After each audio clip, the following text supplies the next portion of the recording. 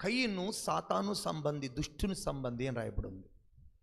కానీ హేబేల్ని వాడు ప్రేరేపించలేడు. హేబేల్ని వాడు చంపాలని చూస్తున్నాడు. కయీను చంపడు, ఎందుకంటే వాడు తన సంబంధి కదా. తన సంబంధులని వాడు ఎప్పుడు ఏం చేయడు. మరి సాతాను ఎవరిని ప్రేరేపిస్తాడు, ఎవరిని చంపుతాడు, ఎవరిని నష్టపరుస్తాడంటే సాతాను దేవుని సంబంధులను మాత్రం ముట్టుకుంటాడు. హేబేలు మంచి విశ్వాసం గలవాడండి. హెబ్రీ 11:4 అంటాడు, కయీను కంటే కూడా హేబేలు శ్రేష్టమైన బలర్పించిన వాడని రాయబడి ఉంది. విశ్వాసమును బట్టి కయీను కంటే కూడా శ్రేష్టమైన బలి అర్పించిన వాడని సాక్ష్యము పొందెను. హెబ్రీ 11:4 చెప్పాడు.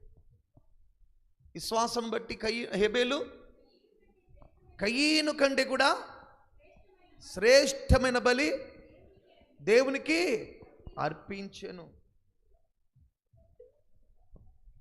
దేవునికి స్తోత్రం, హల్లెలూయా.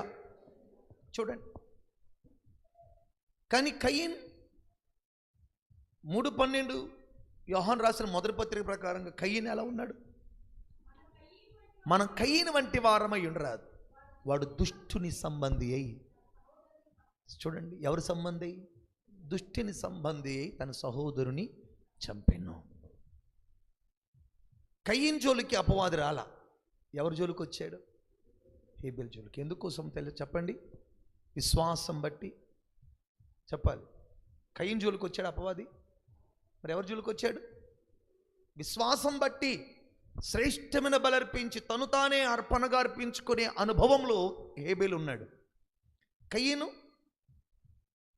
వాడి సంబంధిగా ఉన్నాడు కనుక వాడికి ఇబ్బంది లేదు.